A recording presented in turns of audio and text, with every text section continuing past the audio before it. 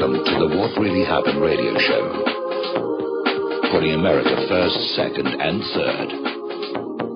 Here is your host, Michael Rivero. And aloha, America. Welcome to our show today. It's Wednesday, November 11th, 2015, middle of the weekday, hump day, starting that long, slow glide down to Pauha on a Friday and another weekend. It is also, of course, Veterans Day. And obviously, we salute our veterans. We're talking about that a little bit later in the show. The phone lines are open, 877-300-7645, 877-300-7645. Tom is sitting in our control room, ready to answer the phone when you call on in. Breaking story from just earlier this morning, Israel's Air Force has conducted bombing raids at the Damascus airport and at a second city over by the border with Lebanon. Israel is still silent on this other than acknowledging that it was their warplanes that went on in there, and whether they were bombing Russian weapons depots or what, we don't know. Or they could just be flat out starting a war between Syria and Israel, knowing that Russia and the U.S. would get dragged into it. We know how desperate the U.S. is to get a war with Russia going. Now, as I mentioned before, it is Veterans Day. Did you know that this originally began as Armistice Day to celebrate the ending of a world war, to celebrate peace, but it has now become mutated to become part of the propaganda to glorify war and see, these are veterans, they're heroes, and you should want to be just like them. And that was its origin, and its propaganda purpose has been hijacked. They don't want you thinking about peace. Oh, my goodness. Now, of course, Obama's out there laying the wreath at the Tomb of the Unknown Soldiers, and they're making all the polite statements about honoring our veterans, and that's all good. We should be doing that. But when it comes to the U.S. government's actual care and treatment of the veterans, the rubber isn't exactly meeting the road. Now, over in the New England Journal of Medicine, they have a report on the Veterans Health Administration. It is one of the largest healthcare delivery systems in the United States with 9.1 million enrollees, 20,000 physicians, 1,600 facilities, 288,000 employees, and a $59 billion budget. But they are experiencing a crisis in leadership because of an organizational environment that's perceived as disempowering, frustrating, and occasionally toxic. You know, just like Obamacare.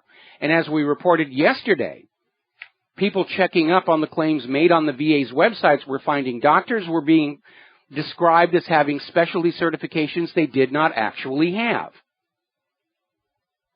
And we know veterans have been abandoned, left to die from their injuries. They can't get care.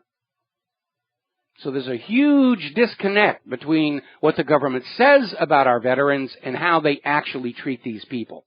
And regardless of whether you support the wars or not, we have a duty to those who put on the uniform and suffer grievous injuries that they be cared for. There is no justification for denying that. The government takes our tax money with the promise they're going to care for our returned, wounded, crippled veterans. They're not doing it. You've seen all those ads all over TV for charities like Wounded Warrior. They want us to take care of the veterans because the government's too busy making more wounded veterans to be bothered with the ones who are no longer able to fight. Now, there is a positive story coming out of Pennsylvania. 91-year-old man, World War II veteran. And he's lived in his house for 70 years. Following the death of his wife, he fell behind on the property taxes. Government was coming in to foreclose on the guy's home and throw this 91-year-old World War II veteran out on the street. Somebody started a GoFundMe page. They raised enough money to retire the debt and keep this guy in his home. That's how you care for our veterans. Now, a lot of people on the corporate media are still going over last night's debate, and I love the way they described it over at newsforge.com. A billionaire, some millionaires, and a no-show center to debate how best to block wage hikes. Oh, yeah, all those workers are making way too much money. We've got to drive the wages down here. Well, if you drive the wages down, then who is going to come into your stores and buy the stuff you want to sell? Why that common sense doesn't seem to percolate up to Washington, D.C. amazes me. Your customer base is also your employee base. You can't disconnect them and pay your workers slave labor wages and still have people coming into your shopping malls or car dealerships or appliance stores to go on buying what you're trying to sell. Nobody seems to get it. All the online polls have Donald Trump winning again last night by a huge margin. Over at Drudge, they had him at 37% versus Ted Cruz at 21%. Rand Paul at 16%. We ran our own poll, of course. Donald Trump came in at 80%. Rand Paul at 11%. And everybody else just really didn't get much of anything. So once again, Donald Trump got out there. Now, I'm going to tip my hat to the Fox Business News channel because for the most part, I thought the questions were more on topic regarding actual economic political policy and less of the gotcha. Try and stir up trouble for good television. They didn't go after Trump for his views on women, and they didn't go after Ben Carson about his recent inaccuracies. They stayed on focus, and I have to give them credit for that. But there was one rather interesting moment where Fox moderator Maria Bartiromo, I butchered that one good, came up with this bizarre statement reminding them all that, Hillary Clinton has more experience in government than any of you on the stage. How can you compare yourself to them? And the audience booed her for the claim of an impressive resume. I mean, let's face it, First Lady is not actually an official U.S. government position. And we all know that the Clintons' entire career has been nonstop crime and corruption. And I don't blame that audience for laughing. Not one tiny bit. All right, so let's get on back to what Israel is doing in Syria. They have flown on in with warplanes. They bombed the Damascus airport, knocked out all the electricity. Flights had to be suspended. And they bombed a second city over by the Lebanon border. And everybody's saying, why are they doing that? Oh, was it Hezbollah? Were they bombing the Russian weapons? And kind of an interesting situation here, because a lot of people are saying, how could the Israeli jets get past the Russian defenses?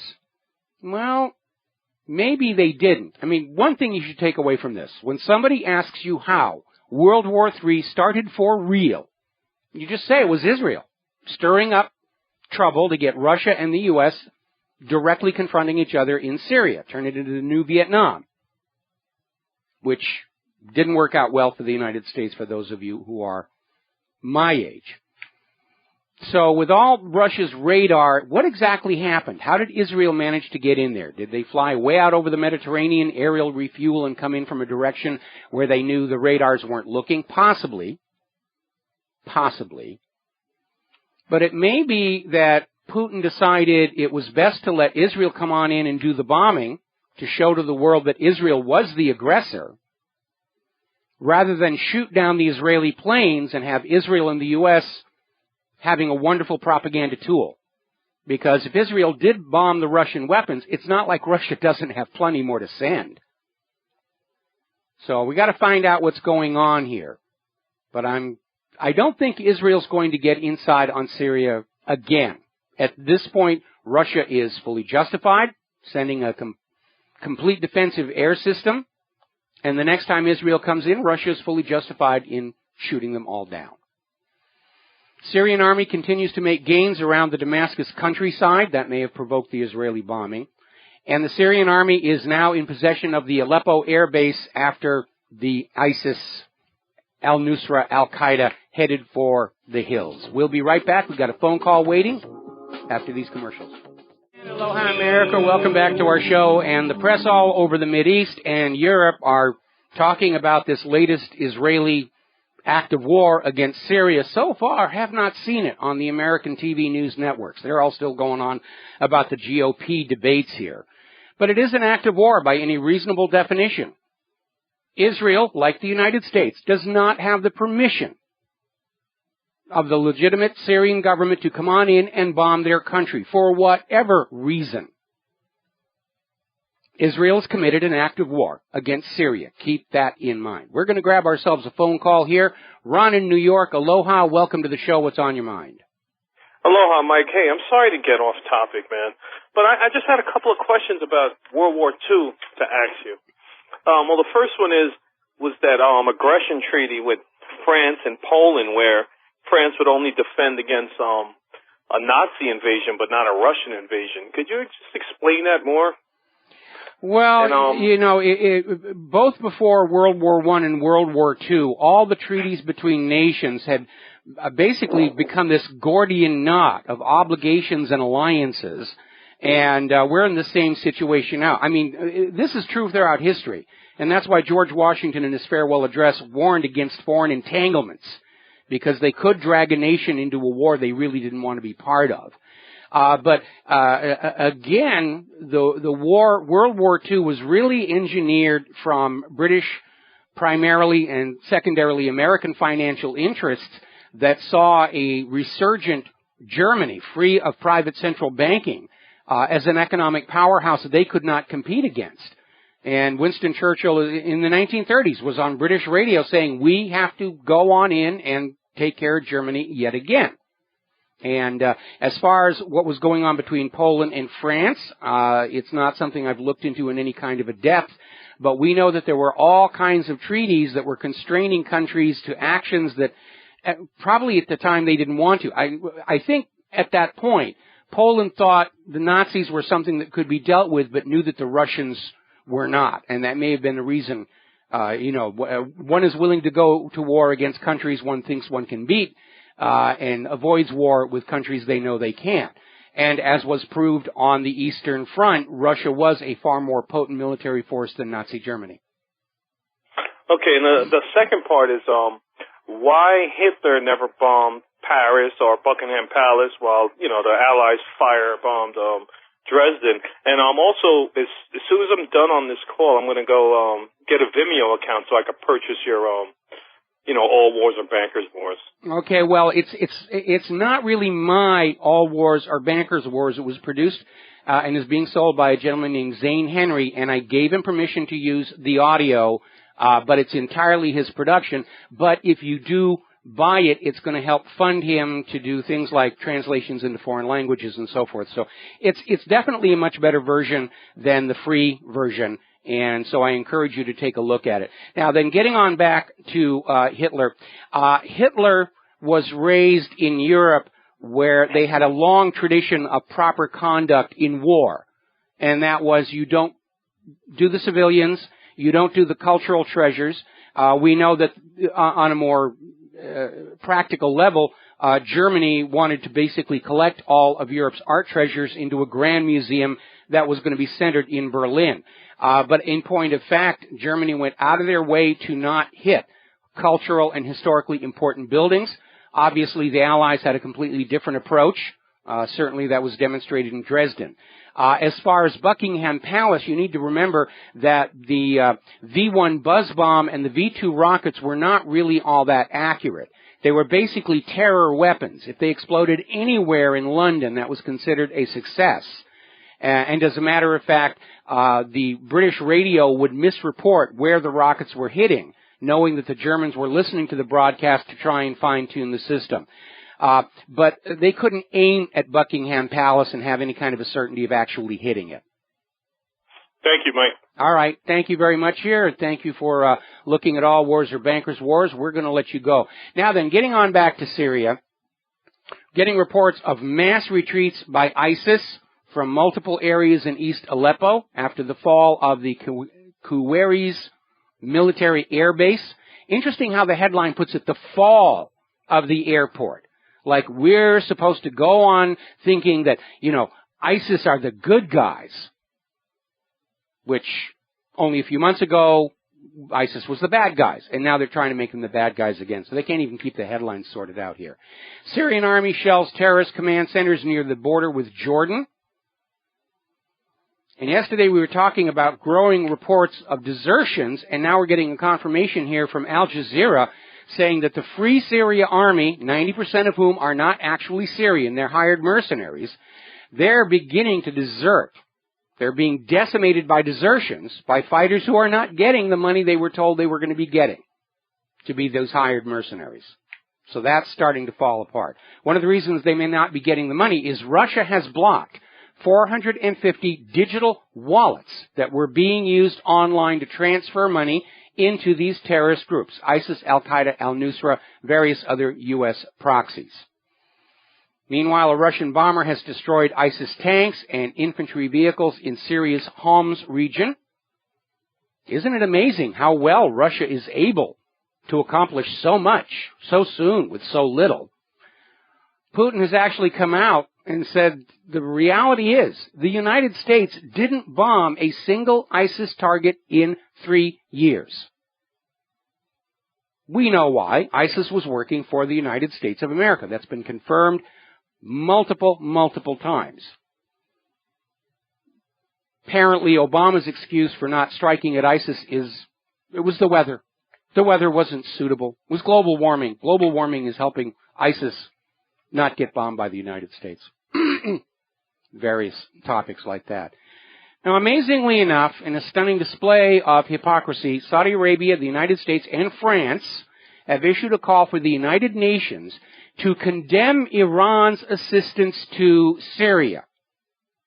How dare you come on in and give weapons to the Syrian government? This from the countries that are giving weapons to terrorist groups to overthrow that government. It is I guess they don't even care if people see the hypocrisy and double standard anymore. They're just out there saying they're playing the game, trying to get the UN to come in. And the Israeli airstrike may have been against something that was sent from Iran. Meanwhile, Russia is circulating a document on a plan to end the nearly 5-year-old Syrian conflict that was, let's be honest, started by a U.S. failed attempt to overthrow the legitimate government, put in a puppet regime. But the Russian plan is calling for drastic... Whoop, we got to take a break for commercials. More about this when we come on back. Hello, hi, America. Welcome back to our show here. And we're getting on back to Putin. Russia has presented a plan to get Syria out of the conflict. We're already hearing that the opposition leaders in Syria who are not on the U.S. payroll are ready to call a ceasefire and work things out. Putin has come out for a plan that says over the next 18 months, there will be a new Syrian constitution written that will be put to a popular referendum. Once the people of Syria approve that constitution, there will be presidential elections. Now, there's no mention in there of Bashar al-Assad stepping down, a major sticking point for the United States of America. It does say that Assad will not be on the Constitutional Commission. So Putin is demonstrating one more time to the world that he is the global peacemaker in the face of the U.S. and NATO wanting to solve their self-created economic problems with a major war. Over in Iraq, they're making gains against ISIS there. The Iraqi forces are finding Turkish weapons and explosives at the abandoned ISIS hideouts. They're playing a little fast and loose over there as well. Let's see. Alrighty. Now here's an interesting little development. The United States government, specifically the Pentagon, is setting up a $5 million fund to pay the Iraqi families of civilians killed by American airstrikes. Up until this point, the official Pentagon line is, we never kill civilians. I mean, that's ridiculous. If we killed them, they deserved it. They were a terrorist. But it was actually buried in the annual defense budget bill passed by the House, a $5 million set-aside to pay the families of innocent bystanders being killed by the United States of America. Now, over in Yemen, the popular forces, the ones who want their country back from U.S. puppet rule, have taken control over Bab al-Mandab Strait. And this is a critical strategic location. They're back in control of it. This war in Yemen, this proxy war, is starting to get resistance from America's supposed allies. Britain's foreign minister is saying there needs to be a proper investigation into just what Saudi Arabia has been doing in Yemen. Because of the mounting evidence, Riyadh has breached international humanitarian law in this war, and they have. So even Britain is starting to say, need to call a pause and take a look at what's really going on out there. Now, Netanyahu, of course, is in the United States. He's had his meeting with Barack Obama to get more money from your wallets, and he's after a lot of things. Wants an aircraft carrier. And now he is putting pressure, aided by AIPAC, on the U.S. government to officially recognize Israel's annexation of the Golan Heights. Now, Israel took control of the Golan in one of their innumerable wars against Syria, and now they've discovered a huge amount of oil underneath that. So now it is a prize of tremendous strategic importance. And I think Israel understands that once Russia and the Syrian government have scrubbed all of these U.S. proxies out of Syria, ISIS, Al-Qaeda, al-Nusra, that Syria is going to turn around and say it's time for us to take back control of our territory. Now, Israel's annexation of the Golan Heights is not recognized internationally by anybody, including the United States of America. But Netanyahu wants the U.S. to recognize the annexation and say, yes, the Golan is now part of Israel, so that if Syria tries to take the Golan back, the U.S. will come in, meaning sending your kids to fight another war to protect Israel's plunder. And the U.S. is probably going to go along with this because this would give the United States yet another vector in their ultimate plan of getting Bashar al-Assad out of Damascus and replacing him with a U.S.-friendly puppet as the last stepping stone before the long-planned, much lusted-for war with Iran. Secretary General of the Arabic Center for the Documentation of War Crimes in Syria, Halal al-Assad, emphasized that the U.S. interests in Syria is in large part about Israel's security. Because Israel has a problem. They keep on grabbing pieces of other people's countries, and then they get upset when those countries want it back. It's another indicator that the U.S. might go ahead and recognize Israel's annexation of the Golan, which means that if Syria goes into the Golan Heights, your kids are going to be sent to protect Israel's theft, and that brings us one step closer, possibly, to a direct confrontation between the U.S. and Russia. Now, Putin doesn't want that. Putin's trying to calm everything down. That may be another reason why those Israeli jets were able to get into Damascus earlier today and bomb the place. Putin may have said, let's just let them blow some stuff up. We'll send it back in again. It's not like we don't have plenty. Rather than risk a direct confrontation with Israel that could then escalate the crisis and give Israel and the U.S. an excuse to say we have a right to go back into Syria. Everybody's looking for a justification for the U.S. to retake the initiative in the air and on the ground in Syria.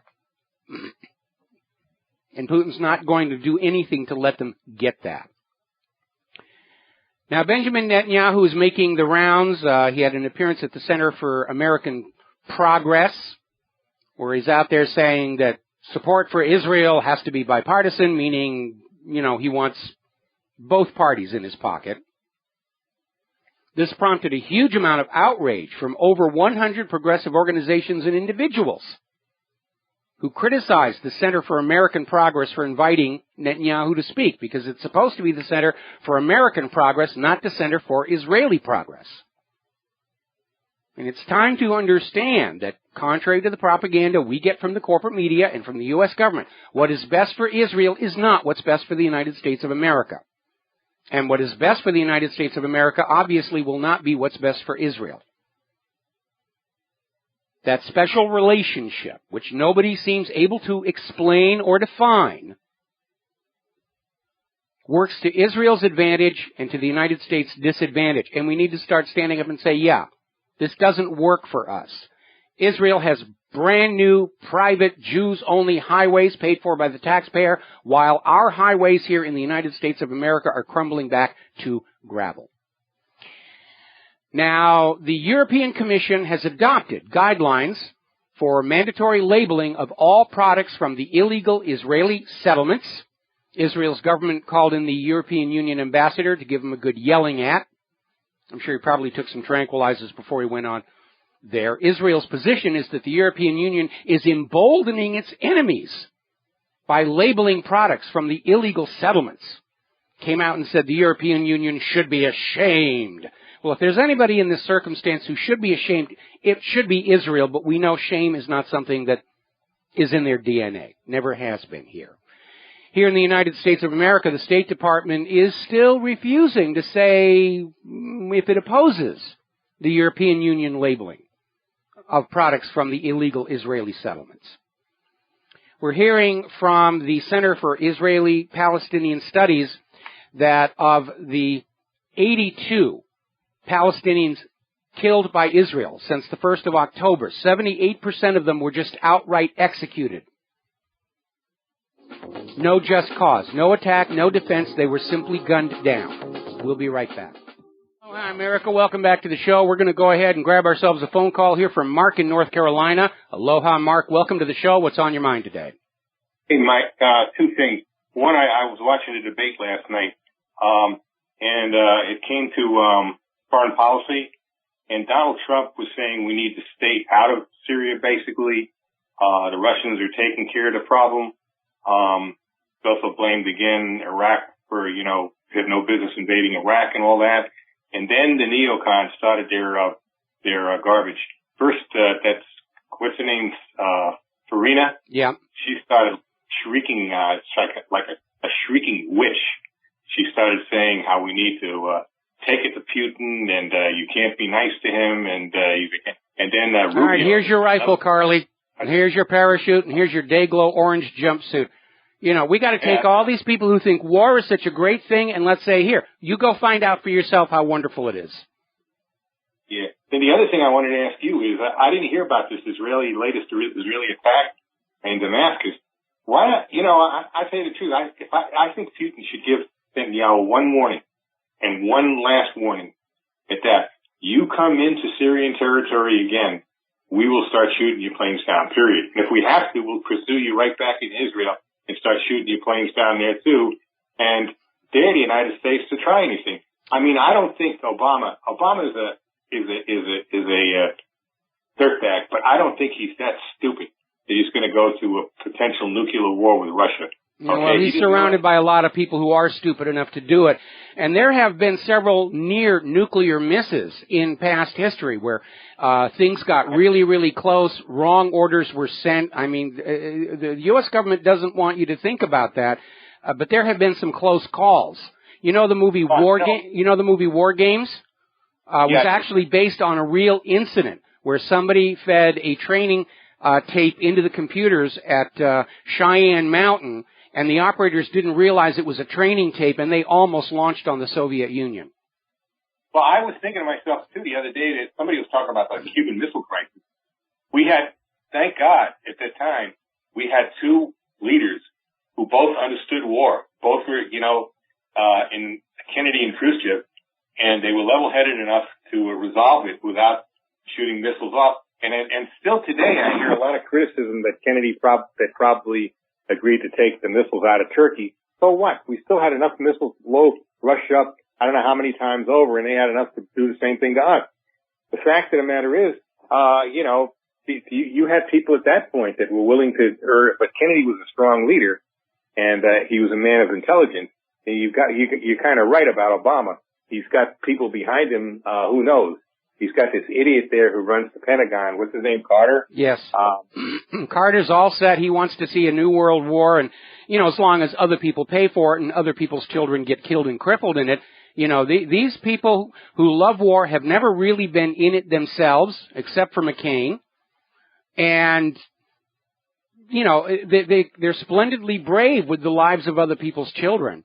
But you're not going to see them step up on the front line themselves. Yeah, well, that's one of the reasons I think we need a draft. Because if you had a draft, first of all, 18-year-olds can vote now. They wouldn't dare do some of this stuff we had to draft. The other thing is, don't these madmen understand that if it delved into nuclear war, which is a good chance it would, that they wouldn't be safe either. Nobody would, unless they could get to their bunkers real quick. Oh, they already got their bunkers set up here, and, you know, if they start a nuclear war and they go down to their luxury bunkers here, my plan is to just cement over all the hatches and just let it be over and done with. And I'm in agreement with you. If somebody is old enough to be drafted into military service, they are old enough to vote. And absolutely I agree with that the voting age should match the draft age, the lower end. Doesn't Netanyahu understand that Russia could squash him like a bug if they wanted to? Oh, well, Netanyahu understands that, but Netanyahu also understands that he is going to order the United States to go to war against Russia to protect Israel. In fact, I'm sure Netanyahu would love nothing better than for the United States and Russia to destroy each other in a nuclear war, leaving Israel and their nuclear arsenal basically in charge of what's left. Well, I think Israel would go along with the rest of the world. I mean, I don't think there'd be many survivors if something like that happened. I mean, you know, and probably at that point, if that was the case, somebody would unleash one on Israel. All it takes is one bomb, and that's it for Israel. So if he's thinking like that, the man's totally mad. Well, you know, looking at some of the things said by American politicians recently, I'm beginning to suspect that the entire, you know, ruler class are mentally ill. We already know they're sociopathic. They suffer from narcissistic personality disorder. And when you have Michelle Bachmann out there saying we have to forcibly convert all the Jews because Jesus is coming, Ben Carson out there saying the pyramids were storing grain, Jeb Bush saying, yes, I'll go back in time and kill the young Adolf Hitler. You know, these are people who are not dealing with the reality of the world as it is. They're just caught up in their fantasies of glory and fame and wealth and power. Did Michelle Bachmann really say that? She really said that. Said Jesus is coming back, and we've got to forcibly convert everybody to Christianity, especially the Jews. Michelle is behind the time, of course. Jesus already tried to come back, but he got chopped up and sold to a soft drink company by Planned Parenthood. Well, maybe Brother Nathaniel, you know who he is, right? I'm yes. sure. Maybe that's what caused him to convert to Christianity. Maybe it wasn't her. What do you think? I really don't know, the backstory on Brother Nathaniel, and he makes good videos and he has a lot of good things to say. I don't tend to link to him very much though, because my position here is we have to have a big black line between the Jewish people and the government of Israel. And there are way too many people in the independent media who talk about Israel's government crimes as being done by the Jews, and that is inaccurate. It also plays to Israel's propaganda agenda that any criticism of Israel's government is anti-Semitic and Jew hate. And that's why around here we talk about Israel's government's actions, and anybody who's out there saying the Jews this and the Jews that, no, they're not welcome here. Thank you very much. You think Brother Nathaniel then is anti-Semitic? No, he's just reckless. That he himself is Jewish. I mean, at least he says he is. Okay, but I'm telling you, the reason I don't link to him is because he's not making a clear delineation where he's criticizing the actions of Israel's government, but generalizing them to all the world's Jewish people. And all the world's Jewish people do not support the government of Israel. There is a huge schism that is starting to happen with the American Jewish population. They're realizing that Netanyahu is the biggest threat to their livelihood and their comfort and where they are right now, far worse than anything from Al-Qaeda or the Arabs or the Palestinians. They've got comfortable lives. They don't want anything to upset that. And Netanyahu could trigger a global backlash against all the Jewish people with this constant claim that, they represent all the world's Jewish people. And we had Netanyahu come out about a month ago, I think it was, where he said American Jews owe their primary allegiance to Israel and not to America. And that's not going to be very well received by American Jews who are very happy to be in America, What's funny, too, is because it seems to me that the evangelical Christians are more Zionists than a lot of the Jews, really, when you come down to it, Well, the thing is, everybody is moral in their own eye based on the religion they were raised raised in. I mean, for the Vikings, it was moral to die with a sword in your hand. And there really is no such thing as a true universal morality, and I really think ultimately everybody needs to decide for themselves what is moral and ethical based, on what is good for the civilization as a whole. unfortunately, too many people's morality is based on what is good for them personally, like the Clintons. Oh. Okay? Yeah, but all right. I was just surprised when you told me about Michelle Bachman. She actually said something. Yeah, she actually said that. She actually said that. Is that recently? Sarah Palin, I can see Russia from my front door. These people, they're all nuts. They're all sociopaths. They're all poseurs. There are no real statesmen and stateswomen left in Washington, D.C. The only real statesman on earth right now appears to be Vladimir Putin. Maybe it's like Michael Savage say, they're all on drugs. They're all using Prozac and stuff like that. Yeah, that would certainly explain it because, antidepressants really fuzz your thinking. And the dangerous part is how many of these people are actually believing this stuff that they're putting on out there. I know, and I was watching them clowns yesterday, and I couldn't believe these neocons. I mean, you should see the looks in their faces when they were talking about... Oh, they're caught up in the religious fervor. If they help Israel set fire to the entire world, Jesus is going to come down and invite them all up to the big house. We got to take a break for our news and top of the hour commercials. Thank you for the phone call, Mark. We'll be right back. Aloha, America. Welcome back to our show. Hour number 2. The phone lines are open, 877-300-7645. Now, I want to get on to, we're talking about Israel and Palestine, and as you're probably aware, one of the areas of concern that has led to the current escalation in violence, besides the obvious Israeli provocations, are all these various groups in Israel that are calling for the destruction of the Al-Aqsa Mosque to make way for the building of the third Jewish temple, even though the archaeological evidence says that the actual Jewish temple was down on Mount Moriah, and not the Temple Mount, which is actually the remains of an old Roman fort. And Israel's response has been, well, those Palestinians are so unhappy, they're just making this stuff up to make us look bad. Well, the Palestinians have a reason to be upset.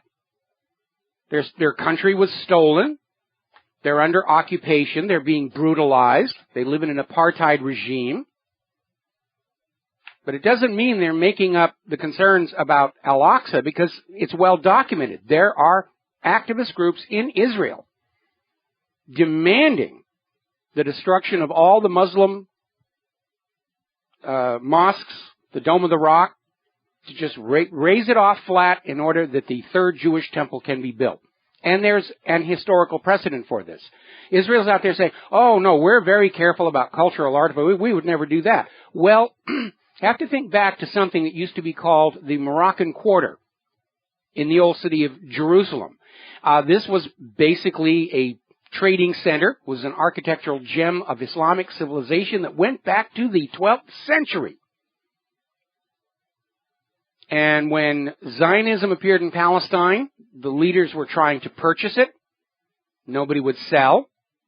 Baron Edmund Rothschild attempted to buy the entire Moroccan Quarter at the end of the 19th century, as did the Zionist leadership under the British Mandate. And of course, they wouldn't sell. And when buying did not work, the Moroccan Quarter was taken by military force during the 1967 war and promptly demolished. So yes, Israel wants to erase all records of anybody else but themselves. Sometimes they'll even fake the records of their presence in the area. Remember all those archaeological forgeries from Oded Golan? It was a huge scandal. And finally, Israel's Supreme Court, which has no expertise in archaeology, declared him innocent, even though it was Israel's own archaeological ministry that said this guy is a fake and the stuff he's putting out are fakes. All righty, let's grab ourselves a phone call. John in Barbados, aloha. Welcome to the show. What's on your mind? Hello, Michael. Yeah. Looking back to this recent Israeli attack on Syria, around Damascus and that other small town to the east of Damascus, I've got my radar and antenna out there swirling around. I'm looking at what's going to happen to the Israeli ambassador in Moscow. I've got my ears pinned to the ground to see if I can hear the dressing down that this guy's going to get. Well, it would be interesting to find out, but contrary to the caller who called into the show a little while ago, I think Putin is going to low-key this. because I think Putin is not going to give Israel and the United States a propaganda tool with which to justify escalating their military involvement inside Syria, and certainly not leading to a direct confrontation between the U.S. and Russia, which Russia is probably going to win ultimately, according to top U.S. defense experts, but it's going to cost both sides dearly. There are no real winners in these wars other than the bankers, who have this rich harvest of debt that they can siphon off of for the next 100 years. But Putin really doesn't want that. And he's working very hard to basically stop the U.S. from trying to take over the entire world without necessarily having to risk a global war to do it.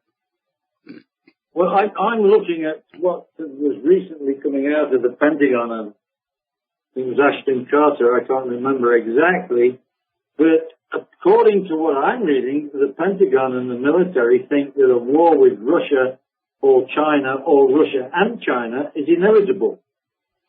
Well, from their point of view, it is. If the United States does not get a major war going real soon, the economy is going to implode, take the federal government with it, and there will be no more funding for the military.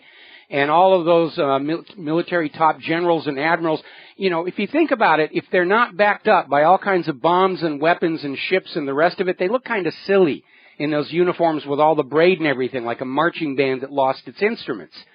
So professional military always want to have a war because it means more money, more power, more promotion. Yeah, I understand that, but I'm sure Mr. Putin is taking note of what's coming out of the Pentagon, even though it may be saber-rattling and what have you. But what I've noticed is that Mr. Putin seems supremely confident. You know, when these military sort of exercises and what have you, it doesn't faze him whatsoever. I think he's got every confidence in the Russian military that they can handle anything that America throws at them. I would beg to disagree. I think Putin is confident that he can outthink the current leadership of the United States and the NATO countries because so far he has. And I'm sure that Putin does have confidence in his military. He's actually come out with a statement that Russia is not going to get sucked into a new arms race because he remembers that's what bankrupted the Soviet Union. When the U.S. came out with this gigantic bluff called the Star Wars Initiative, which soaked up huge volumes of cash in the U.S., much of it borrowed and still having payments made on, the USSR tried to compete, and that pushed them over the edge into bankruptcy. And in the end, the Star Wars Initiative didn't produce anything at all. But they heralded it as the victory that destroyed the Soviet Union. And then, of course, once the Soviet Union collapsed, they said, oh, my goodness, we don't have an enemy anymore. We don't have an enemy to wag at the American people to get their tax dollars and support for wars here. And they have been openly talking about for the last 5, 6, 7 years, trying to restart the Cold War. And that's a big part of what's going on now. They want to be able to propagandize their children that the mean old Russians are going to come get them unless they sign up for the military and agree to a lifetime of spending most of their money for new cool weapons. Well, I mean, I'm looking at what's on the ground. You know, the new Armata tank and all its variants, the new Borer submarines, this new electronic equipment that seems to blank American naval ships. You know, this confidence, I don't think, is misplaced. Well, I would agree with you, but not because of the effectiveness and lower cost of the Russian weapons. It's because Russia understands the U.S. is still caught in World War II. They're still out there spending huge amounts of money in this recapitulation of how World War II was fought and what weapons it was fought with. And Russia, and for that matter China, have rethought the whole idea of global war. And they're basically designing very low-cost weapons that are designed to go in and take out those major points of power projection like the carriers. You know, the carrier has become as obsolete in modern war as the battleship was going into World War II. I believe you're quite correct there, Michael. Okay. The moves I'm seeing now in Syria are quite dramatic since the relief of this airfield just north of Aleppo. And it appears, what I'm hearing from other sources, is that there's lots of infighting now, both in ISIS and the Free Syrian Army and all the other I'm hearing that as well. They're fragmenting. They're not working as a unit any longer. And Aleppo was their key stronghold in Syria. If they've lost that, they've only got a few outposts left, and it's not going to take Russia and the Syrian army very long to get rid of them. And that's why the U.S. is trying to find some way they can justify going on back into Syria and regain that initiative. And so far, they're coming up very, very short. John, got to let you go. We got to take a break for commercials, and we'll be right back. And aloha, America. Welcome back to the show here. And we're going to go ahead and grab ourselves a phone call. George in Texas, aloha. Welcome to the show. What's on your mind? How you doing, Mike? I just want to say, I've been hearing Russia's going to get bogged down in Syria like Afghanistan. I don't really think that's the point. I really think they planned a strategy to win and have an exit strategy and give Syria back its country. Well, Russia's government already stated a couple of years ago that if the U.S. were to go into either Syria or Iran, that their strategy would be to turn it into a new Vietnam and wear the U.S. down in a war of attrition. And right now, Russia has the advantage, both in available weapons and an economy. The U.S. cannot win a war of attrition. And I know there's a lot of tough talkers in Washington, D.C. saying Syria is going to be the new Afghanistan, but there's a couple of differences. In the original Afghanistan, first of all, the Soviet Union went into Afghanistan because the U.S. was in there trying to covertly overthrow the government. That's what sparked that whole crisis. So the Soviet Union came on in, bad Soviet Union, it's all their fault. Charlie Wilson got his little clandestine war going, and the U.S. was arming and supplying the Mujahideen. But the American people didn't know about it until it was all over. This is very different. The American people understand the U.S. is the reason for this almost 5-year-long human tragedy in Syria, because the U.S. government wants to put in a puppet regime in Syria, like they've done to so many other countries since the end of World War II. And the American people are sick and tired of war. They're sick and tired of the financial costs. They're sick and tired of their loved ones being killed and crippled in what are very obviously wars of economic conquest. Remember what I said before about The Art of War by Sun Tzu? You know, an absolute essential for victory is a population that believes in the moral rightness of the war so that they will bear the losses and the burdens war brings. The U.S. government doesn't have that. The American people are fed up with all this nonsense. Well, Mike, the thing is, I already told the school that a military recruiter will not be able to approach my son, and also, too, I'm going to tell my son, don't even register for selective service, because I don't care if you don't get the student loans or the government or the benefits from anything, I said, I don't want to send you to a war. Come to say today's Armistice Day, where the first banker war of the 21st century supposedly ended. They were supposed to end all wars, but didn't. Well, that was before they knew that they had to assign numbers to them.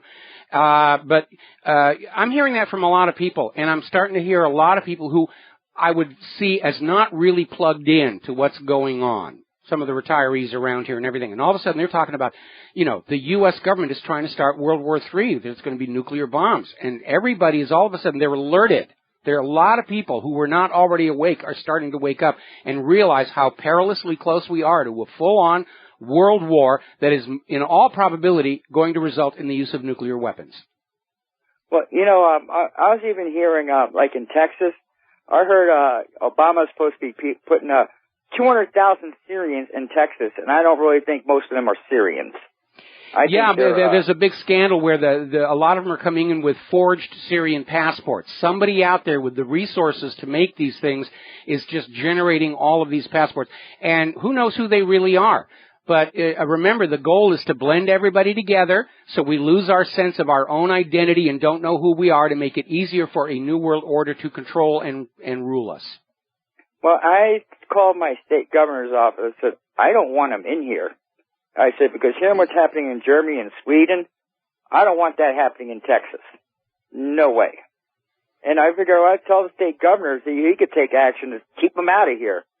Because we got veterans starving. We got veterans that need medical care, and Obama's passing out cash and goodies to these supposed refugees?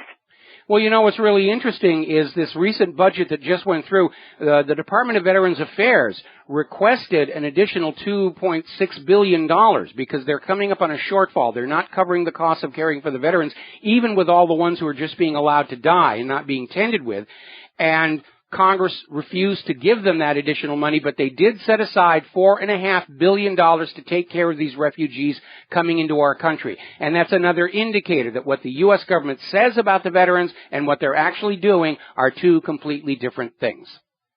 Well, have a good day, Mike. All right, thanks an awful lot for the phone call. We're going to let you go. Now then, up in Ukraine, the truce has been violated 10 times in Donetsk Republic in the past 24 hours. Kiev is continuing to violate the Minsk Accords.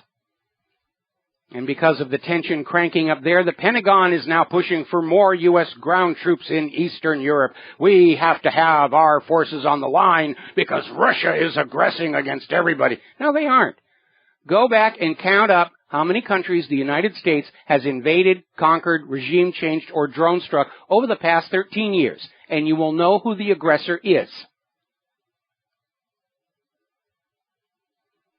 Now, things are getting very, very tense over there. There's, in Poland, there is a decided nationalist fever, and partly it's been triggered by the influx of the Syrians, and apparently they had tens of thousands of protesters on Warsaw's streets earlier today for a demonstration under the slogan, Poland for the Polish, and they burned the flag of the European Union. This immigration stunt may tear the EU apart, and that, of course, is a major setback for the New World Order, because they wanted to form all the countries into these giant unions and drop the borders and get them used to being one big chunk instead of separate nations, and now it's turning around the other way. Popular opinion is definitely against this.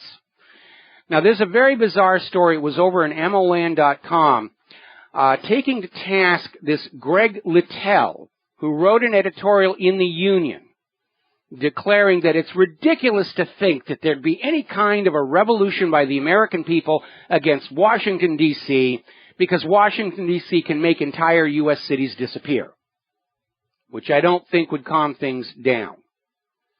But he keeps using the phrase, it's ludicrous. He keeps saying it's ludicrous to think that. It's ludicrous that this would ever happen. And he just goes on and on about what a silly idea it would be. It would be ludicrous. The American people are obedient sheep. They're never going to rise up in anger against the American people. He may have written this in response to the latest poll showing that anger in the American people against the government is at a record high. But he's out there saying, it's silly. Don't even think about it. It's silly. Never going to happen. But, you remember, the French monarchy had that exact same attitude right up until the day the people stormed the Bastille. Ceausescu had the same attitude right up to the day he was machine-gunned on live Romanian TV. Mussolini had the same attitude right up to the day he was hanged by his own people. Charles I had the same attitude right up to the day he was beheaded. So, I don't want to see a violent revolution in this country. But it does seem that one may be on its way. We'll be right back. Aloha, America. Welcome back to our show here. And the U.S. is still out there pushing the propaganda that they absolutely know a bomb brought down the Metrojet in the Sinai, and they've upped the ante by saying that they believe the bomb had to have military-grade explosive along the line of C4. We're going to find a government to blame for this. And remind you, the U.S. officials are not on the ground at the crash scene. They're not with the official investigators who've got all the information and the data. They're basically echoing what Israel is sending to them. As a little side note, something those of you who travel by air ought to be very nervous about. Maintenance of U.S. passenger planes is being outsourced to countries like El Salvador, Mexico, and China. Over the past decade, nearly all the large United States airlines have shifted their heavy maintenance work on their airplanes to repair shops thousands of miles away in developing countries where the mechanics who take the planes apart completely and put them back together, or almost, may not even be able to read or speak English. U.S. Airways and Southwest fly their planes to a maintenance facility in El Salvador. Delta sends their planes down to Mexico. American Airlines still does much of its most intensive maintenance in-house in the U.S., but that's likely to change because they're merging with U.S. Airways. Now, one of the books that Michael Crichton wrote, when he'd sort of realized that he had as much money as he was going to get, as he needed, and he started writing books to try and get warnings out. He wrote State of Fear about the global warming hoax, and he wrote another one called Airframe about very alarming trends in the aviation industry. And this is one of the issues that he brought up in the book, was that airlines, to save money, were going to send their planes to be maintained in countries where there wasn't as much safety inspection or as much paperwork trail to find out what's going on. And yes, there is a problem with counterfeit replacement parts for aircraft, in particular the 777. There's a shortage of new parts for that around the world. But if there is a crash from a poorly maintained airplane, we can count on the U.S. government and the corporate media to blame some terror group for it. All right, getting into the economy here. Banks are currently holding $10 trillion of risky derivatives.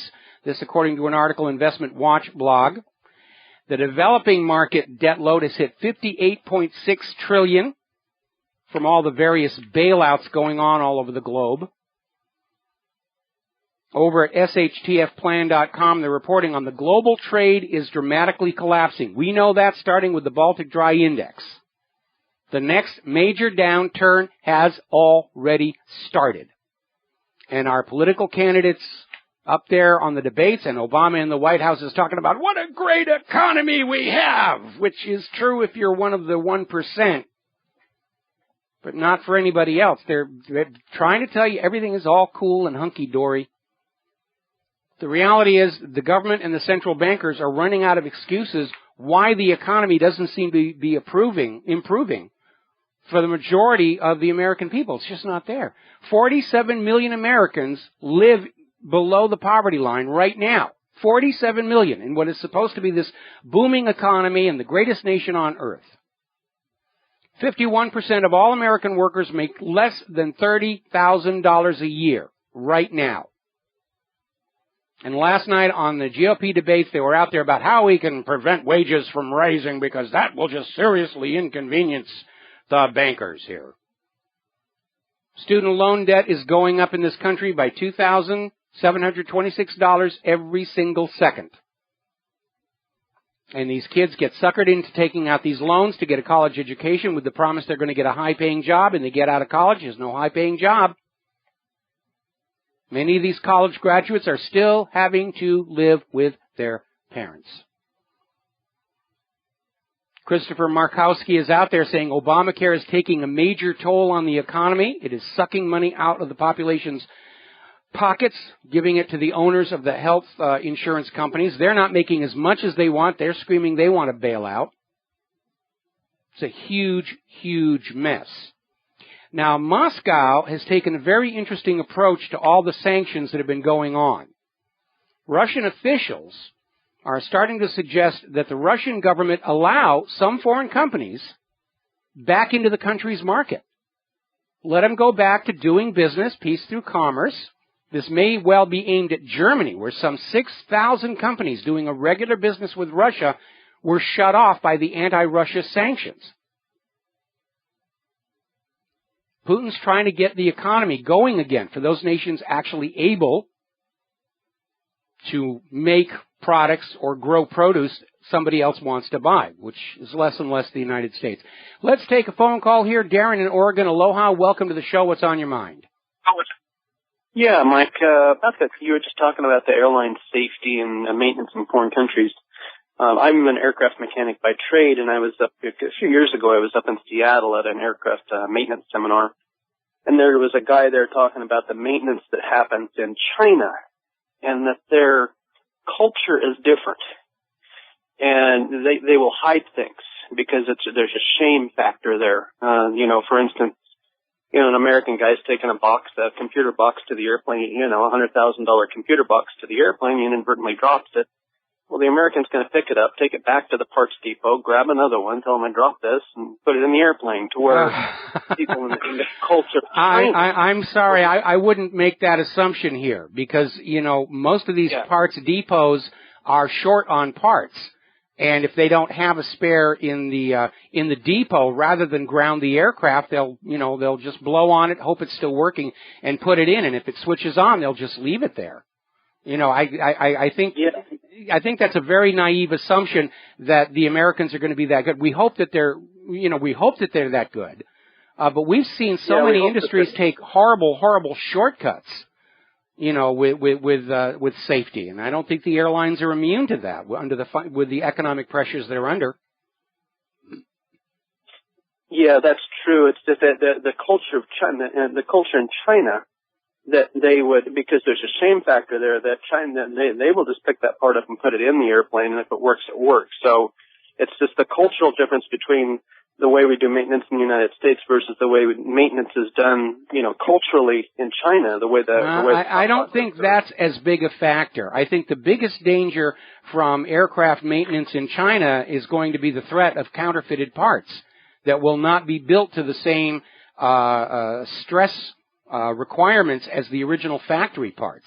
And we know that there's a big problem with counterfeiting of all kinds of things going on in China, and aircraft components are not going to be exempt from that. I think that's a bigger threat than the cultural difference.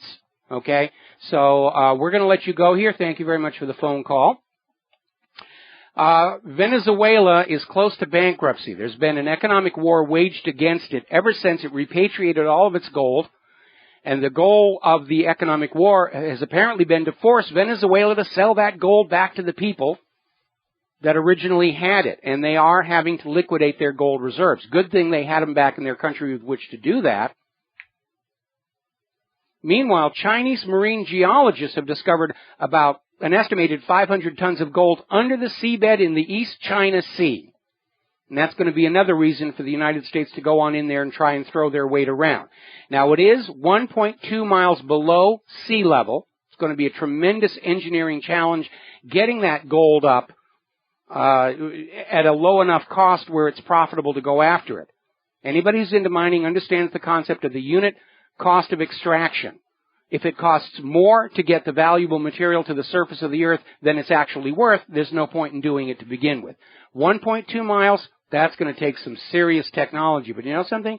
The Chinese might just be able to pull it off. We got to take a break for commercials. We'll be right back. Aloha, America. Welcome back to the show here. We got some callers waiting on the line, but I want to get through some stories here and get caught up on these things.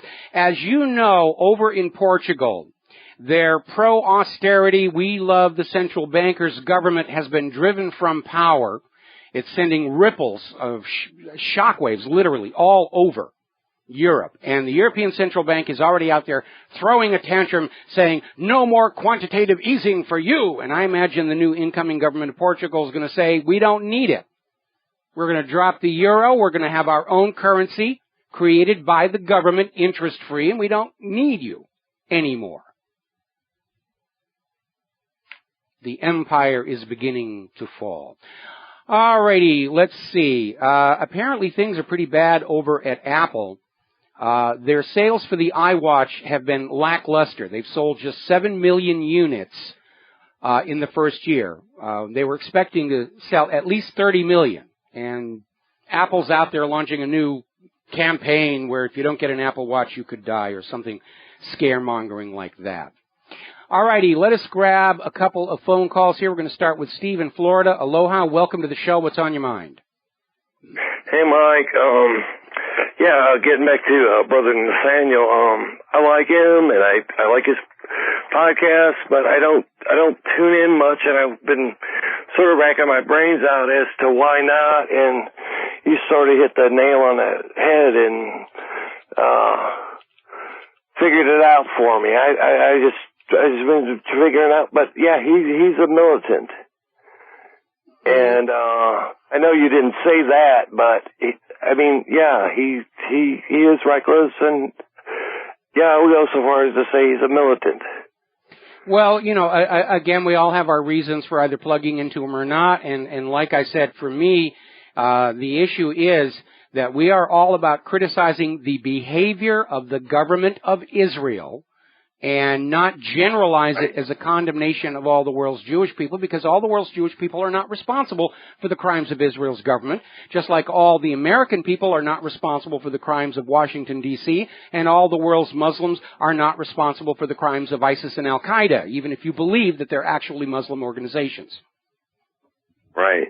I have to, if I'm talking to somebody in some other country, it's like, yeah, keep in mind that, our government is out of control and, they're not doing what we want, so don't hate me. Hate our government, but don't hate me. I'm ashamed of it. Yeah, no, Americans need to stand up and proclaim to the world, we do not support what Washington, D.C. is doing.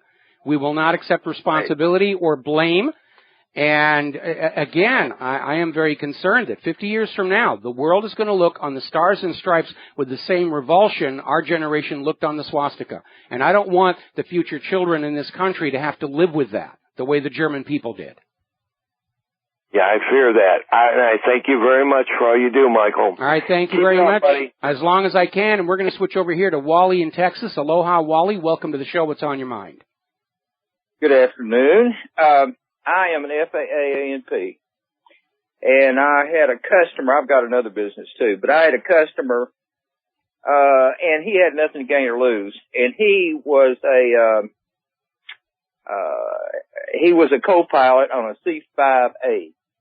Yes. For the government. That's a very big and very expensive aircraft. I'm familiar with it.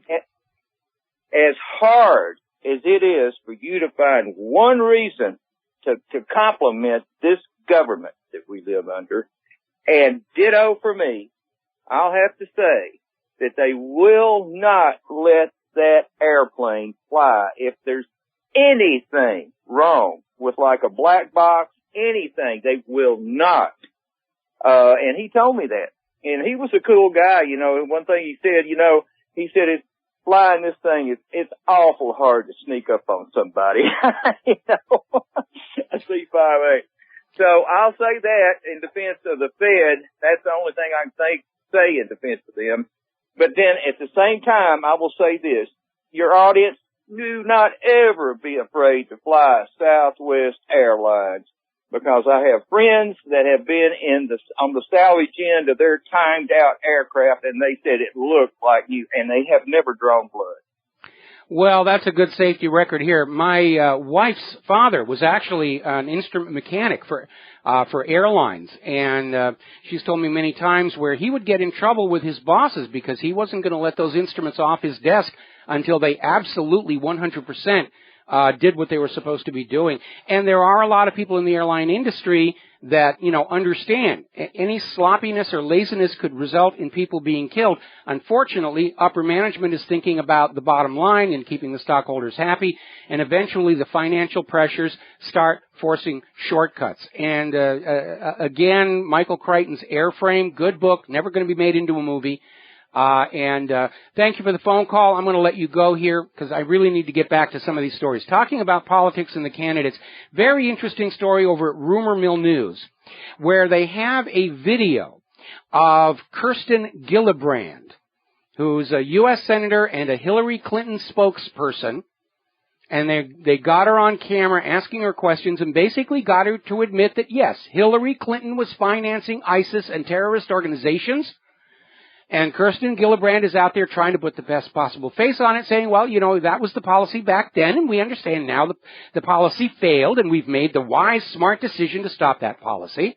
But she basically admitted, yes, at the same time, you were being told that ISIS and Al-Qaeda were our mortal enemies in the war on terror. Our government was giving them weapons and supplies.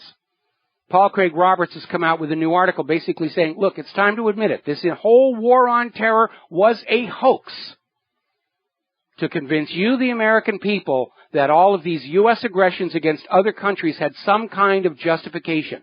It was a big, huge lie, as big as the lie that the Lusitania was not carrying weapons, as big a lie as the claim that Pearl Harbor was a surprise attack, as big a lie as torpedoes in the Gulf of Tonkin, as big a lie as Spanish mine in Havana Harbor blowing up the USS Maine.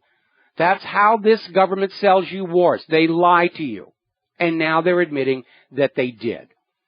And listening to Kirsten Gillibrand try and put the best possible face on all of this, I swear we could fertilize every American farm field with her mouth.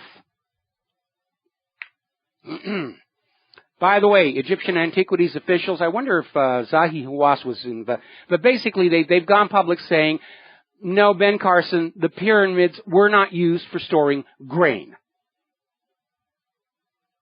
He's not going to get away from that one. He's still trying to spin the West Point story as an attack on the credibility of anybody who doubts his story. But I saw him on TV the other day saying, yes, absolutely, I bludgeoned my own mother with a hammer, and how dare you say I lied about it. Okay, Ben, we'll believe you. You bludgeoned your own mother with a hammer. I don't think we want somebody like that in the White House. He doesn't seem to realize that he's hoisting on his own petard there. Now, getting on to immigration, there's a wonderful video we linked to from the front of WhatReallyHappened.com with Open Gates, the forced collective suicide of European nations. It's a little long. You need to look at it. Slovenia is starting to erect razor wire along the border with Croatia, trying to stop this. Poland is now openly critical of the European Union's coming refugee summit because of the imposed quota plan. You all have to take so many of these people in there. It's odd how none of these European Union nations suggest stopping the flow of refugees by telling the U.S. to stop bombing the nations those people come from and let them live there in peace.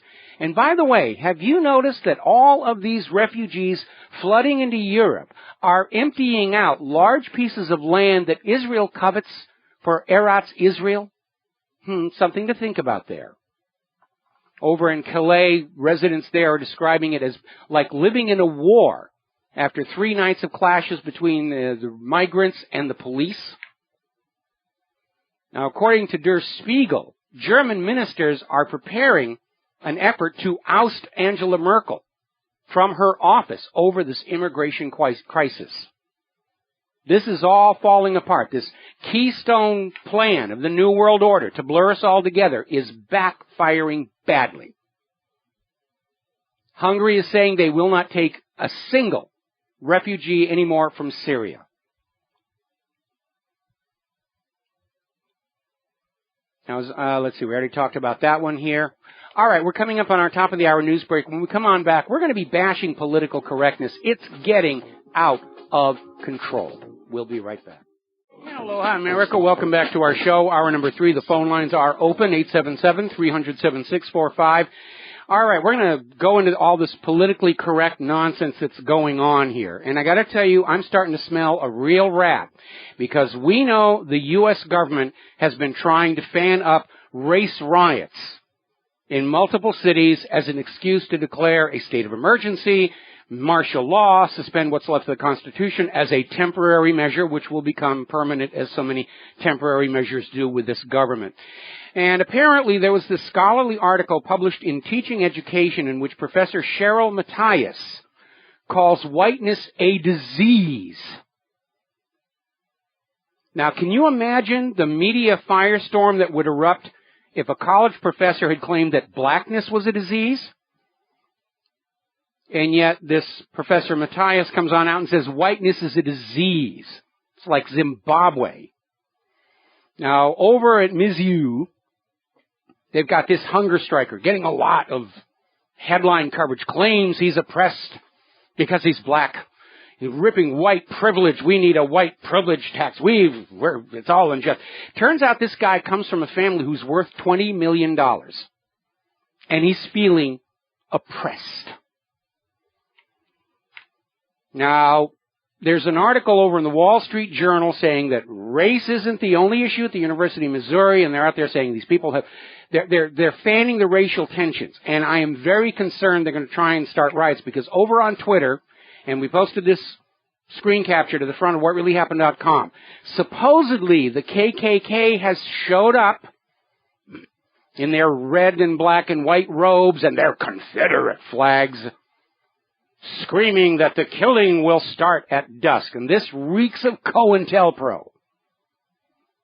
Because we know the U.S. government has been trying to fan up racial tensions, both for political gain for next year's campaign and also because if they can get riots going, they have an excuse to suspend the Constitution and declare martial law. And they tried it with Zimmerman, Trayvon Martin. Remember, the media was saying the whole week ahead of the verdict in the trial, there were going to be riots. Everybody's going to be rioting. And the verdict came and went, and there were no riots because America's black people are just as smart as America's white people and realize a government sucker job when they see it. So don't fall for it. All of this race baiting is stamped, made in Washington, D.C. That's how the U.S. government maintains control over you, by turning you against each other. White against black, men against women, young against old. Divide and conquer, and they're doing it again. Now, getting on back to this whole transgender nonsense, the Dallas City Council has secretly approved a bathroom bill that will allow men who identify as women to go into the women's bathrooms. This is hard on the heels of that school where the federal government has ordered this school to allow a male who claims he identifies with being a woman to use the girls' shower and locker room. And like I said, I'm waiting for that young man to display the first erection and for the girls to scream, and it's all going to blow up in their face. Now, polls are showing the majority of Americans oppose transgender people or people with gender identity confusion from using the bathroom of their choice. And one of our readers came up with the perfect idea on how to solve it. When you have those two bathroom doors, instead of men or women, just put penis or vagina. That'll solve the issue. Because everybody has either one of those unless they had a really sloppy surgeon. And it is a huge amount of nonsense. And it's also a distraction at a time when we should be paying closer attention to what the U.S. government is doing around the world, trying to kick off World War III. Over in Atlanta, their police department is in violation of a Georgia state law in that they have confiscated 10,000 firearms and they have them stored. Now, the law in Georgia is, if a gun was taken from somebody who turns out to be innocent of any crime, it has to be returned to them. Or, eventually, it must be put up for sale so the public, in general, can buy it back. And Deputy Police Chief Erica Shields is saying that we're going to keep the guns. We're keeping the guns out of the hands of the people. Those people are dangerous. We don't trust them. And the mayor of Atlanta supports this. Now, a lot of people are talking about this gun bill that is showing up virtually identical in Connecticut, New York, California, and Wisconsin, where they're going to ban assault weapons, ignoring the fact that assault weapons aren't really a problem. Nobody uses assault weapons to commit crimes. They use small handguns.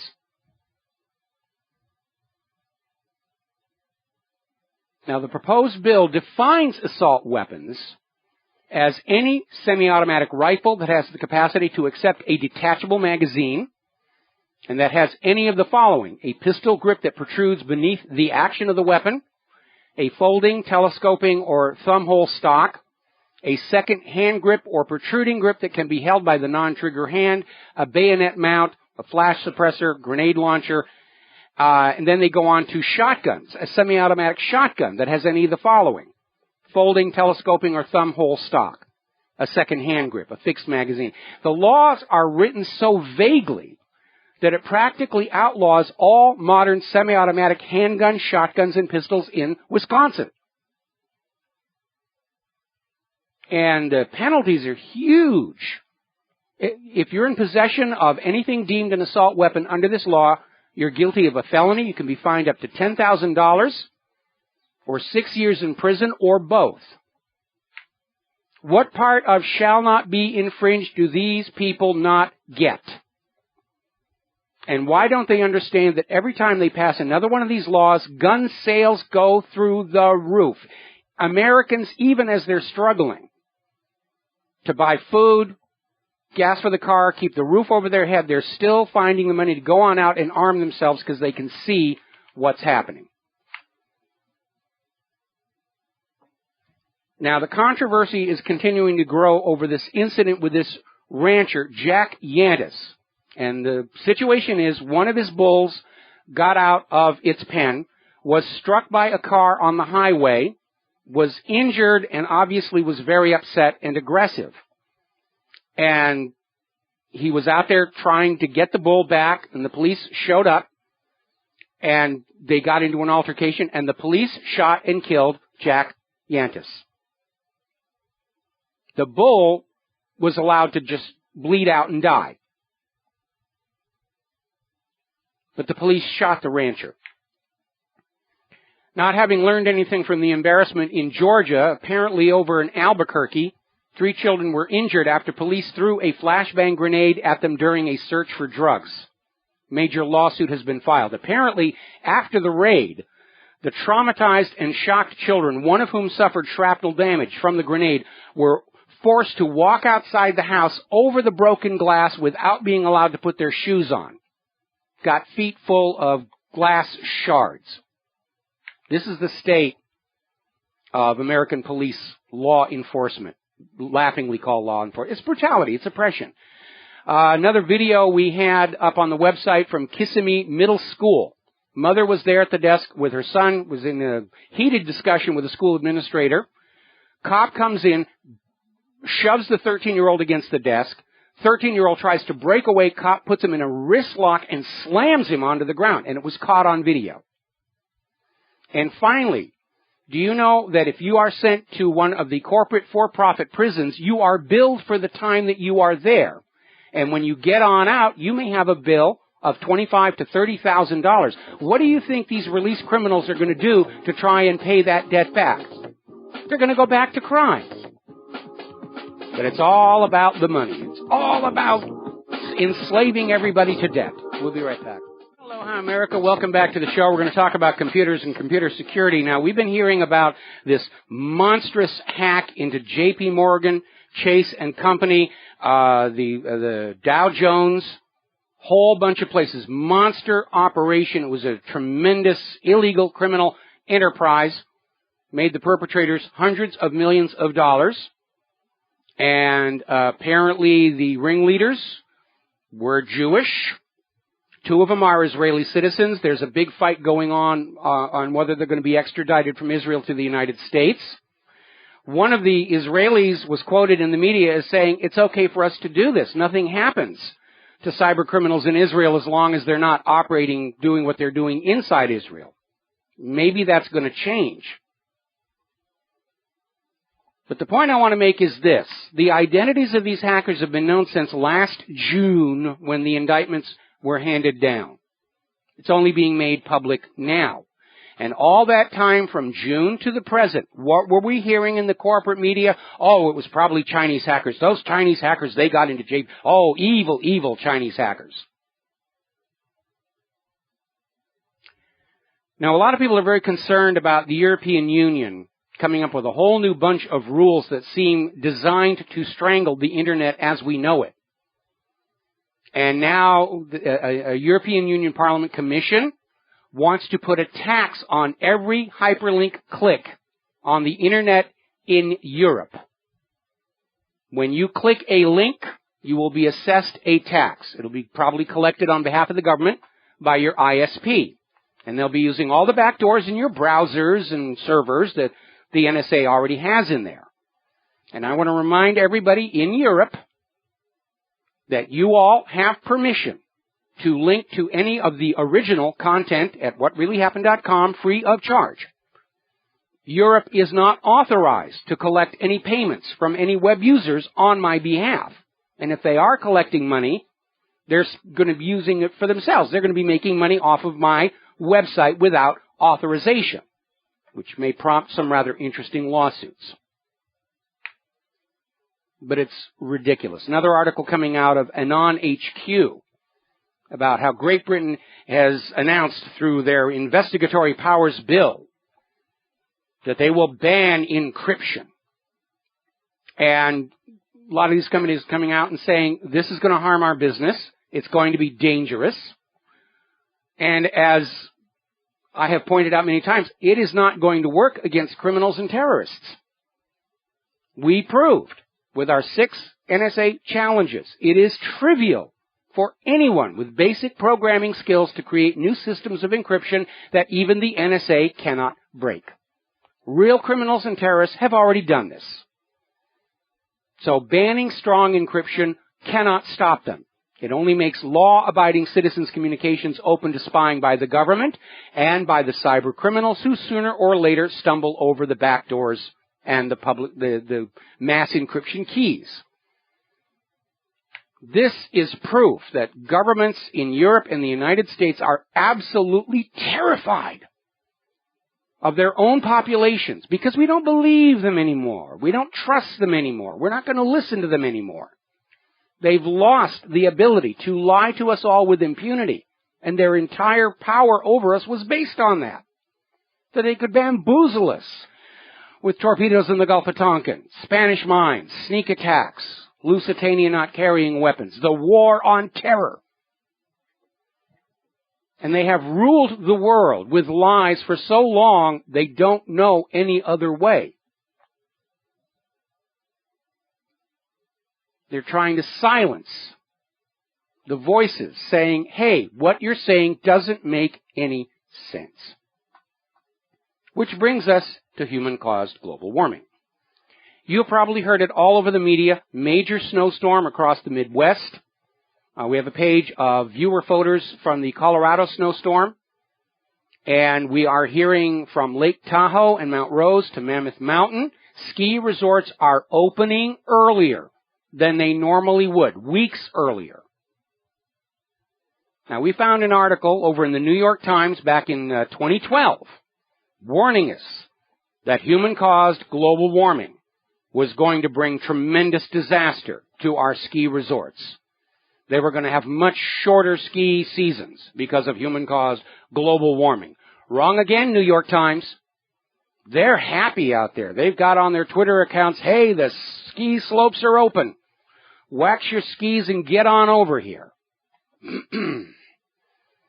Now then, at the Royal Astronomical Society's annual meeting in July, Professor Valentina Zarkova of Northumbria University in Great Britain confirmed once again the sun is going into a new Maunder minimum. It is already in declining energy output. It will be fully in what they're calling Maunder minimum mode around 2030.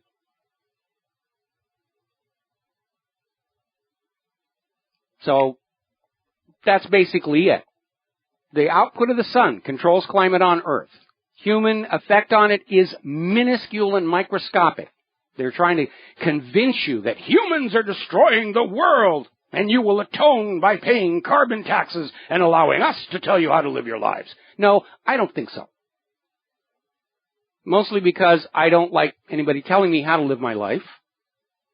And because of all the botch-ups government continually does, such as Obamacare. Now, we're getting warning messages from Japan. They're sort of shuffling their feet and hanging their head in shame and acknowledging that the radiation levels at the remains of the Fukushima nuclear power plant are not decreasing over time. In fact, there are indications it's increasing,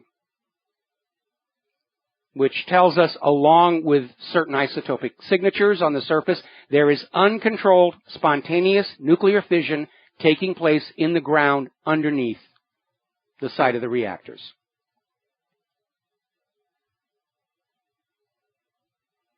There was a report over in Investment Watch blog. An analysis is saying that the eventual cancer deaths from Fukushima may top 1 million. Now, if you're living in the Durham region or Scarborough near Toronto, you may have received a package in the mail recently containing iodine pills. The Ontario Power Generation organization is saying, well, we don't think there's going to be a nuclear accident, but we wanted to give you the pills just in case. Did you hear that story on the news break about how they want to make a park around some of these nuclear sites like Hanford? It's the most toxic radioactive waste dump on Earth. But they're going to set up some picnic benches and have a little store where you can buy T-shirts that glow in the dark permanently. I went to Hanford. Huzzah, huzzah, huzzah. U.S. Geological Survey is showing a swarm of small earthquakes all over Oklahoma.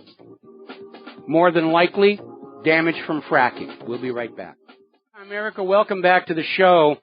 Now, over at the Journal of the American Medical Association, this is the center of the medical industrial complex in the United States. We're not talking some fringe, tabloid or website. This is the Journal of the American Medical Association just released a study showing that an astounding, that's their word, astounding number of medical procedures have no benefit. And of course, many are harmful. And basically, the Journal of the American Medical Association is basically saying that many commonly employed medical procedures to which millions of people are subjected every year are based on highly questionable, if not, in some cases, non-existent evidence that they're going to do anything. Remember, I've been talking about the medical industrial complex? It's all about the money. It's all about selling product. It's scaring you into buying a pill, a procedure, a test to generate maximum revenues. And now we have the American Medical Association coming on out and saying, yeah, a lot of what's being done is totally useless and potentially harmful.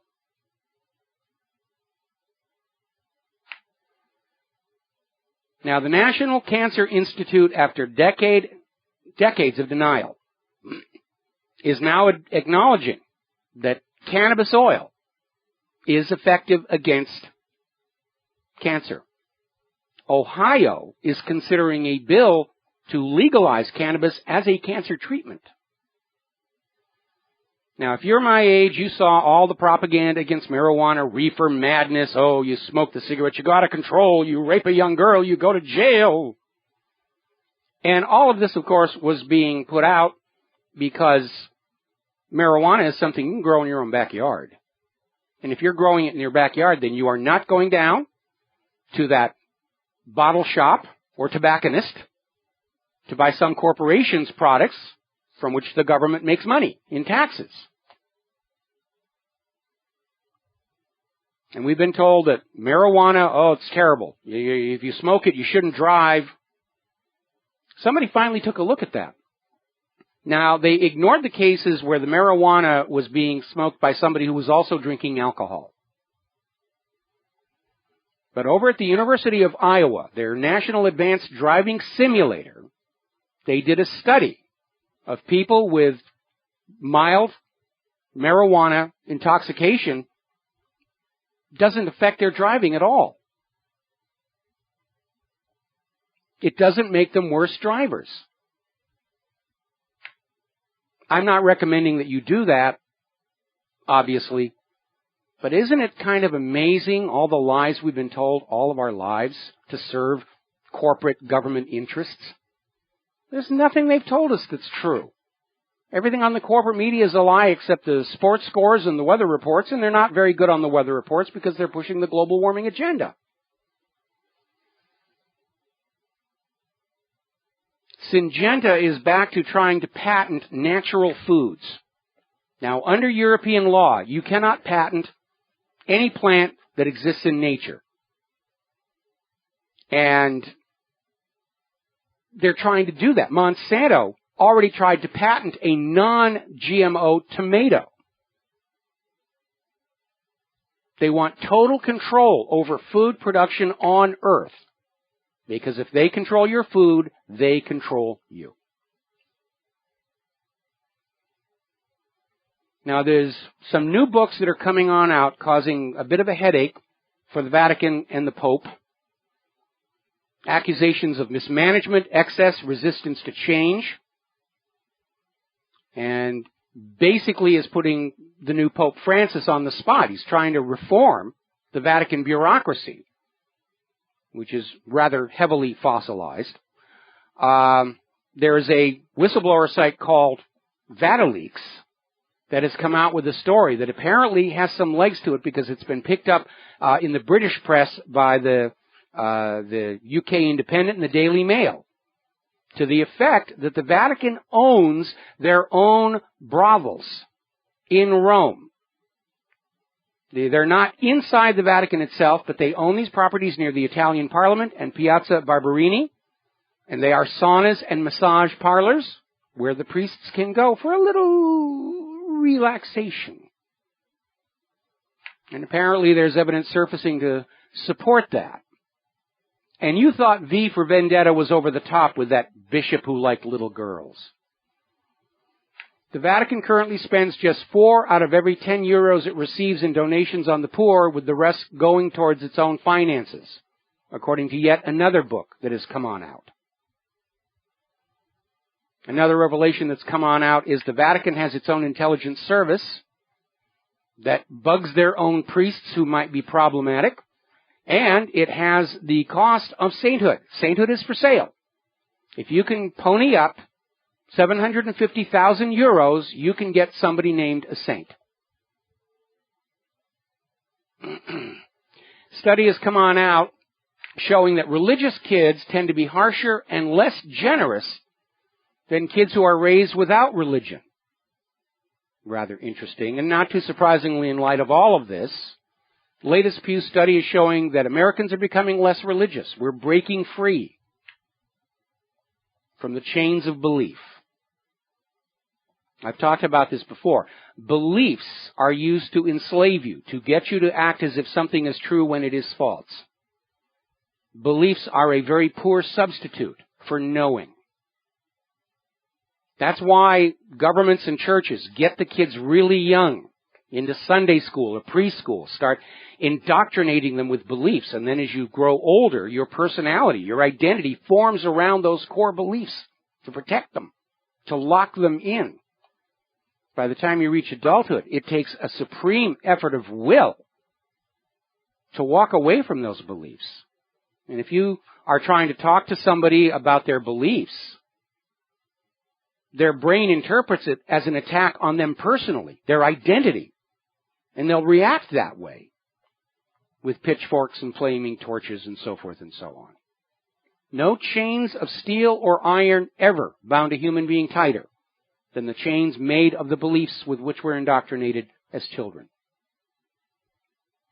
And it can be very rough to walk away from those beliefs. You can literally go through an identity crisis where you don't feel like you know who you are anymore. I used to be a Republican, now I don't know anymore. Well, it's an opportunity for a second awakening, a second youthful look at the world. It's not a bad thing. It's a little disorienting, but it's not a bad thing. Now, getting on to science and technology. As you know, the Rosetta probe is orbiting this comet, and they had their little Philae lander that touched down, didn't grab on, bounced, got into kind of a awkward situation. They're getting useful data out of all of this. And what they've decided to do is once the comet has swung by the sun and they've got all the data from the Rosetta probe itself, they're going to touch it down on the comet as a second lander. This is not without precedent. There was a U.S. mission that orbited an asteroid, and when the mission was over, they gently set it down on the surface, and they had communication. It's kind of exciting if you think about it. It's very exciting stuff. All right, we got to take another break for commercials. We'll be right back. And aloha, America. Welcome back to our show. Last segment of the program today. We're going to close the phone lines here while we finish up the show. Now, again, today is Veterans Day. And yes, we owe all of our veterans a debt of gratitude, a debt of honor for the service to the country, regardless of how that service was misused by our political and economic leadership. These are Americans who put on the uniform, took an oath, did what they were told to do, even when they began to realize it wasn't all on the up and up. And many of them have suffered grievous injury because of it, and they deserve our care and our support. Period. End of discussion. Those of us who are opposed to the war realize it is not the fault of the veterans and the service people. It's the fault of the chain of command up to the commander-in-chief and his commander-in-chiefs on Wall Street and in Tel Aviv. So I imagine a lot of veterans are going to be very upset because we basically have Obama handing $50 billion taxpayer dollars to the government of Israel for failure to kill the Iran deal, at the same time that they're refusing to give the Veterans Administration enough money to deal with those veterans that they're actually getting around to treating. And I emphasize that because the Corbett meeting made a big deal of Obama putting the wreath on the Tomb of the Unknowns and, oh, we honor our veterans, which, by the way, has to include the Confederacies. By act of Congress, Americans who served in the Confederate forces are deemed U.S. military veterans eligible to all appropriate honors and benefits. Except they're not there. They're shortchanging the veterans in order to give more money to Israel, more money to Wall Street.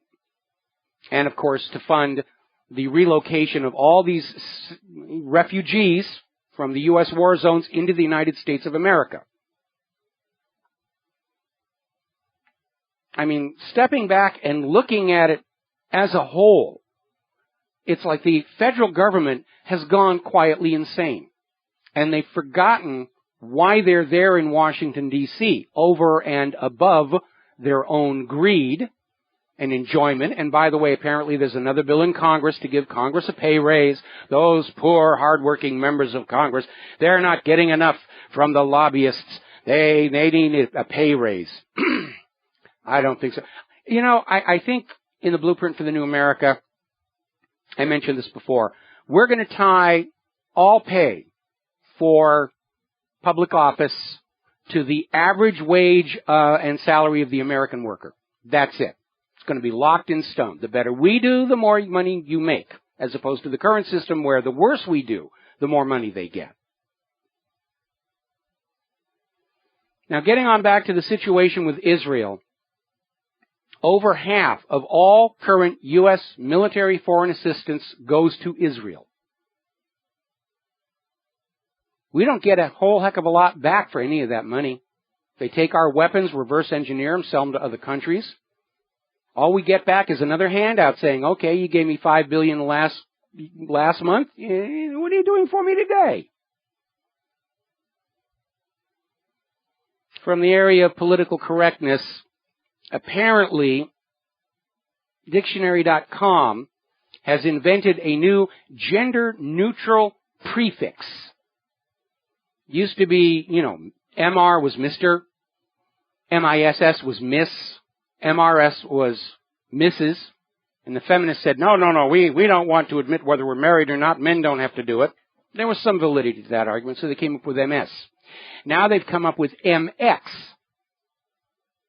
that we will address everybody with, so we don't acknowledge that there's a gender difference anymore. We're just blurring you all together. Americans, Mexicans, Central Americans, Syrians, Iranians. We're just going to blur you together so you don't remember who you are, because you're going to be easier to control and dominate by the New World Order. Getting on back to the police stories. I love this one. There was a sheriff's deputy was going to be given a special award by Mothers Against Drunk Drivers because he made 100 DUI arrests.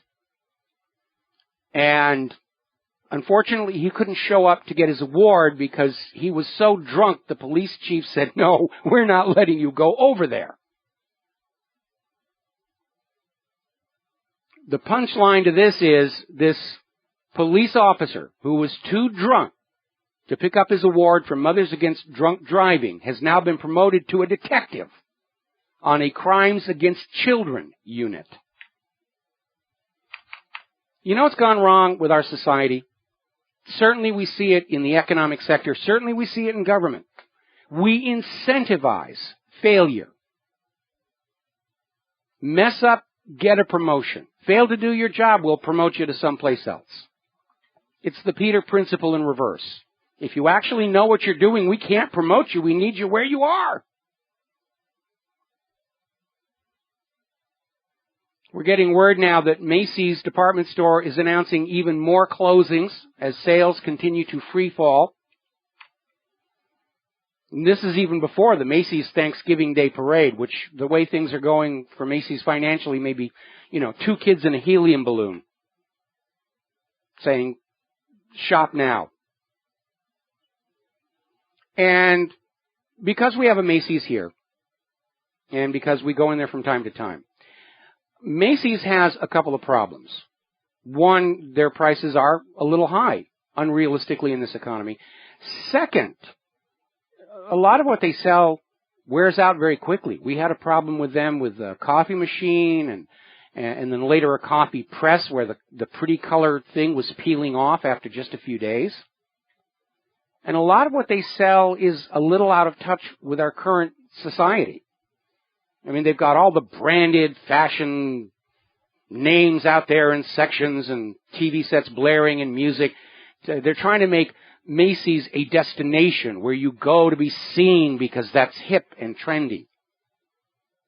And it really doesn't work anymore. And I think Macy's primary reason for their problems after such a long time in glorious history in retail is they didn't stay current. They didn't stay current. Now then, getting on back to the University of Missouri, I am very, very concerned that the government is going to try and kick up race riots for some political gain. Either racism is an issue for next year's general election, or to get riots going so they can declare a state of emergency, suspend the Constitution and the Bill of Rights, and we'll be well and truly into a fascist dictatorship. But apparently, over at the University of Missouri, ROTC members have been were warned, not to wear their uniforms on Veterans Day because of threats the ROTC officials were receiving from the protesters. So what are the campus police doing at the University of Missouri? Well, they're instructing the protesters to immediately inform them whenever their feelings are hurt. When somebody says something that hurts their feelings, then the campus police will be involved. I mean, it's completely out of control. You had that assistant professor for journalism threatening to beat up a journalist.